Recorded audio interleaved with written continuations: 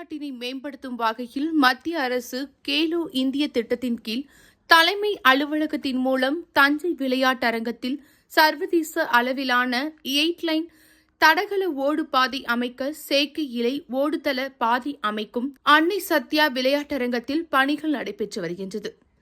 இந்த நிலையில் தமிழ்நாடு விளையாட்டு ஆணையம் நிதியிலிருந்து 90 நாட்களுக்குள் இயற்கை முறையில் புல் நடுவதற்கு அனுமதி வழங்கியுள்ளது.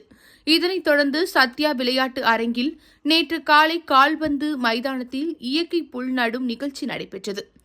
நிகழ்ச்சியில் முரசொலி எம்பி, எம்எல்ஏக்கள் துரை சந்திரசேகரன், டிகேஜி நீலமேகம், தஞ்சை மாநகராட்சி மேயர் சன் ராமநாதன், துணை மேயர் அஞ்சுகம் பூபதி, மாவட்ட உடற்கல்வி ஆய்வாளர் கற்பகம் ஆகியோர் கலந்து கொண்டு இயற்கையில் புல் நடும் நிகழ்ச்சியை தொடங்கி வைத்தனர். அதனைத் தொடர்ந்து சென்னையிலிருந்து வந்திருந்த பணியாளர்கள் புல் நடும் பணியில் ஈடுபட்டுள்ளனர்.